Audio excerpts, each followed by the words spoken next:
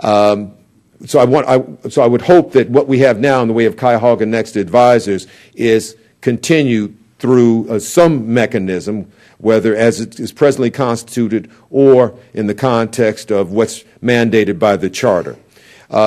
Programs like the New Product Development and Entrepreneur Fund, Innovation Zones, North Coast Technology Opportunity Funds, the Great Lake Energy Development Task Force, all of these have come about over the last 3 or 4 years and are making a difference in terms of spurring the revitalization of our local economy.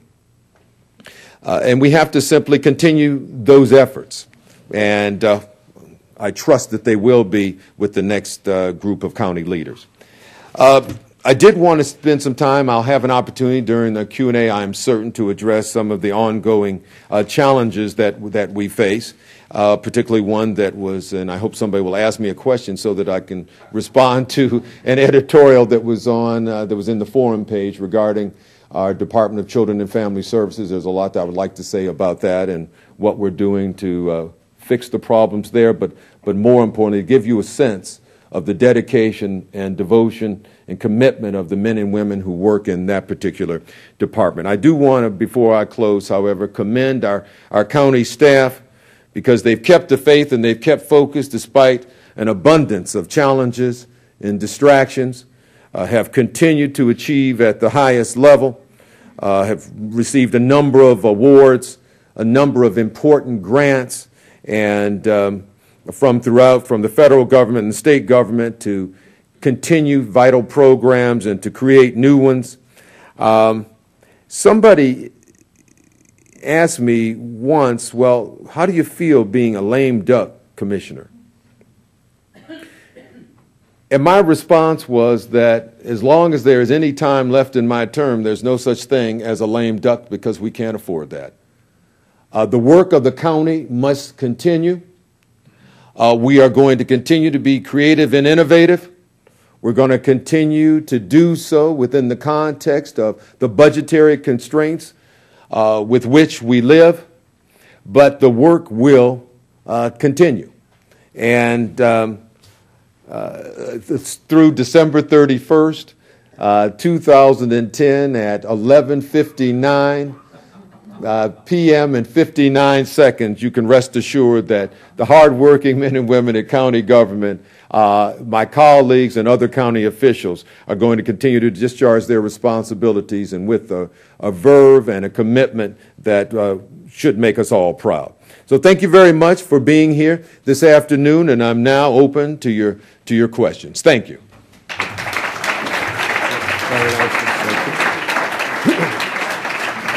You want to? Yeah. Today at the City Club, we're listening to a special program featuring the Honorable Peter Lawson Jones, Cuyahoga County Commissioner. We'll return in a minute for our traditional City Club questions. First question, please. Commissioner Jones, my question is, what role might county government play in supporting legal immigration and immigrants? Now, I ask this question because of the recent report in the Plain Dealer where the Brookings Institute, I think it was, highlighted the terrific decline in population in Cleveland, out-migration to the suburbs as well as from the area. And preceding that, our mayor said that he was not interested in applying for federal money to help support immigrants because we were going to rebuild Cleveland from within. And that leads me to ask what county government can do. Thank you. It's kind of interesting. I was at a forum here probably about 7 or 8 months ago where we heard from Ann Callahan out of Philadelphia, who runs the eminently successful Welcome Center in that particular city. First, let me say that I'm of the mind that when we talk about rebuilding Cleveland and Cuyahoga County and stemming the population loss, that we ought to take advantage of all the arrows in our quiver. And so whatever we can do, certainly internally, to boost population, to attract people back in from other counties in Northeast Ohio, is certainly good. But I think that immigrant attraction has to be a component and a significant component of what we do. I'm very pleased to see the Jewish Community Federation offering its former headquarters as a welcome center. And there will be collaboration, as well there should be, between the Jewish Community Federation. I know Cleveland State University is very involved in this. Our local philanthropic organizations and our governmental entities have to be at the table to help us shape a successful and viable approach to attracting immigrants to our community. We ought to start with keeping in our community those immigrants who come to attend Case Western Reserve University or Cleveland State, Baldwin Wallace, John Carroll, whatever. That ought to be a first step. Once you have somebody here, it's easier to keep them than to attract somebody who's never been to your town and your community in the first instance. But I am a strong proponent and have been involved in a number of discussions and activities to move us towards coming up with the kind of program that attracts those from outside of our country to Cleveland, Ohio, to Cuyahoga County in Northeast Ohio. We absolutely have to do that. Commissioner Jones, first of all, thank you for your long service to the county. But my question is, you mentioned 4 areas that you would hope the new county government would continue to support. If you had the chance to give one piece of advice to the new county executive, what would it be?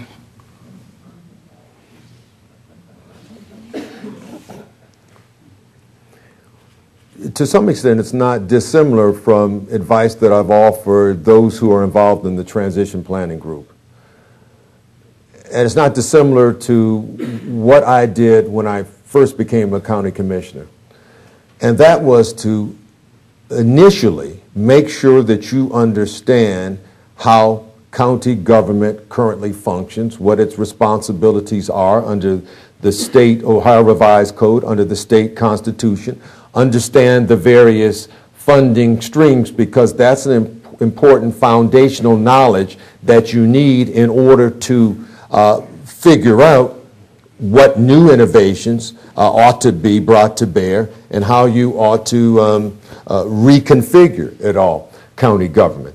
So that would be my advice to the county executive. It would be my advice to the members of the county council. And frankly, I would offer another piece of advice to the future members of county council, and that is that although you are elected from districts, please understand that your ultimate responsibility is to all of the citizens of Cuyahoga County, and please do not allow the county council to devolve into a strife between one fiefdom versus another.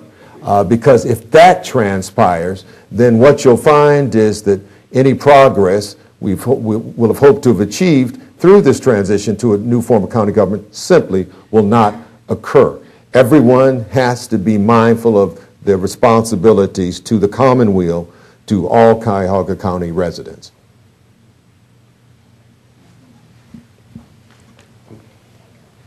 My deepest respect for you, sir, and the county treasurer, the auditor, and their professional staffs. I regret that today we're not bursting at the seams with standing room only, but that's the way it should be. Cleveland, Chicago, and Detroit share a common destiny of being run by democratic machines. I was wondering if we could make the county government more apolitical, and how can the citizens come up with somebody like Julian Earls, who headed up NASA for so many years. He's a brilliant man, his wife is brilliant, and if he can control NASA within the framework of the federal government, he sure as hell ought to be able to run Cuyahoga County. I think Julian's enjoying his retirement, so I don't know, but he certainly is a wonderful example of a public servant who has a tremendous intellect and a wonderful gift for working with people. Well, one thing, what we're going to obviously see with the new county government is a county government that is more bipartisan. That's virtually guaranteed